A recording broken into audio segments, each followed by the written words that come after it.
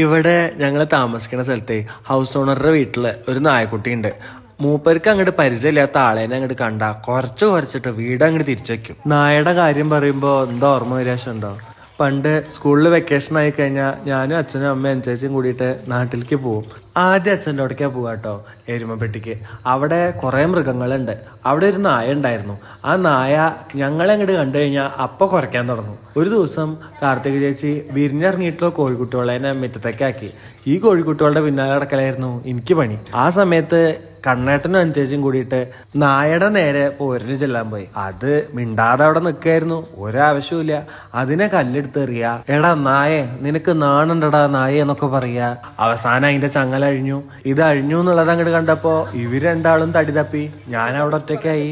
ഞാനാണെങ്കിൽ കുട്ടിക്കാലത്തെ ഒരു ഗുണ്ടുമണിയായിരുന്നു. ഞാനാണെങ്കിൽ ഓടി അവിടെ എത്തൂല. നിന്നിരുന്ന സ്ഥലത്ത് അതേപോലെ ഞാൻ നിന്നു. നായ ഓടി വന്നിട്ട് എന്റെ കയ്യുമൊരൊറ്റ കടി അടിച്ചു. ഞാൻ നിന്നിരുന്നതിന്റെ നേരെ പിന്നില് ഒരു വട്ടച്ചമ്പില് കാടിവെള്ളം കലക്കി വെച്ചിട്ടുണ്ടായിരുന്നു പയ്യന് കൊടുക്കാൻ. അതിലേക്ക് ഒരൊറ്റ വീഴ്ച വീണു ഞാന്. എന്നെ കടിച്ചതിന് ആന്റി വല്യമ്മയുടെ കയ്യിൽ നിന്ന് ആ പാവം നായക്ക് ചൂലും കെട്ടോണ്ട് എത്ര അടിയ കിട്ടിയറിയോ? സജിയേട്ടനും കേട്ടു ഒരുപാട് ചീത്ത. ഞാൻ വട്ടച്ചമ്പിന്റെ ഉള്ളിലേക്ക് വീണിട്ടുള്ള ഈ കഥ ഇടയ്ക്കിടയ്ക്ക് പറഞ്ഞു ഇവരെല്ലാരും ചിരിക്കും. പാവാ നായ. എന്നാ ശരി ട്ടോ, പോയിട്ട് ഇശി പണിയുണ്ട്.